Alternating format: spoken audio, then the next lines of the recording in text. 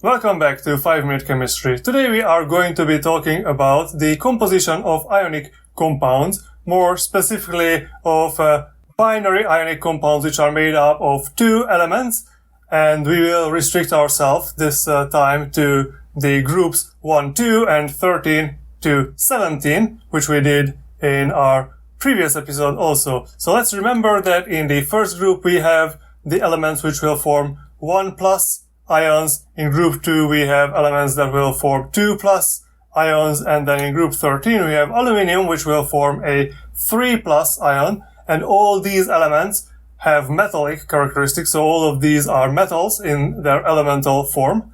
And if we go to group 15, which has nitrogen, that will have an anion with 3 minus charge, and in group 16 we will have oxygen and sulfur that will form 2 minus ions, and in group 17 we have the halogens that will form the 1 minus ions, and we also have hydrogen in group 1 which will also form the 1 minus anion in ionic compounds. So based on this, we can go and predict the composition of ionic compounds made up of these elements. So these kind of ionic compounds are made up of a metal cation and a non-metal anion, and we can predict which element will form what type of ion based on their place in the periodic table. At least in these areas, there are other elements in the periodic table for which predicting their charge is not that straightforward, but for these examples it's going to be very simple. We also have to consider that the compound must be neutral, so basically the electrostatic force is very strong, and if we would leave positively charged ions without that charge being balanced out by negatively charged ions, then it would sooner or later attract something negatively charged. So compounds will have to be balanced out in their charges. So let's take a look at a few examples here for these binary compounds. So chlorine and rubidium. So what kind of binary ionic compound could be possible from these two elements? Well, we can take a look at where they are in the periodic table, and chlorine is going to be in group 17. It is a halogen, so it will form a 1 minus anion, and rubidium is an alkali metal, so it's in group 1, which means it will form an Rb plus, a cation.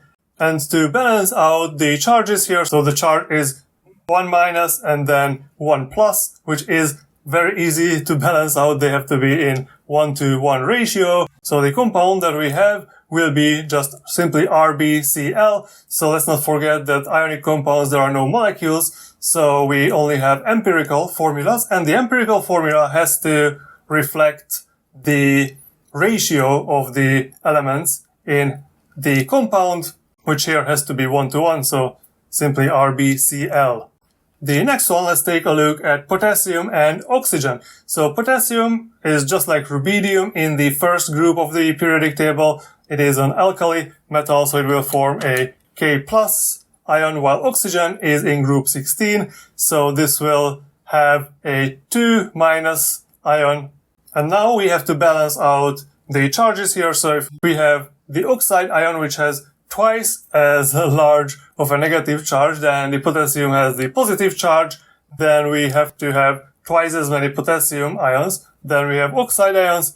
So based on this, the empirical formula should be K2O for potassium oxide. And for magnesium and oxygen, so we already talked about oxygen having 2 minus charge as an ion. Magnesium, on the other hand, is in group 2, and as an alkali earth metal, it will have the ion Mg2+. So now this is also very easy to balance out. One of them has 2 plus, one of them has 2 minus. So in this compound, we also have to have 1:1 ratio between these two elements. So this is going to be MgO. Okay, for calcium and nitrogen, we know that calcium, just like magnesium, is in the second column of the periodic table in group 2, while nitrogen is in group 15. So nitrogen wants to gain 3 electrons to have a stable octet structure, while calcium wants to lose 2 electrons. So we'll have Ca2 plus and N3 minus. And now to balance this out, so for one nitride anion, we would have to have 1.5, so 1.5 calcium ions to balance out the negative charge, which, of course, in an empirical formula, we want to write down the ratio between these two elements in whole numbers. So instead of having the one nitride anion, we should consider having two nitride anions, and together that will have the 6- charge. So to balance out 6- charge, we will have to have 3 calcium 2+ ions. So based on that, the compound will be Ca3N2. Okay, this is it for today, and I will see you tomorrow.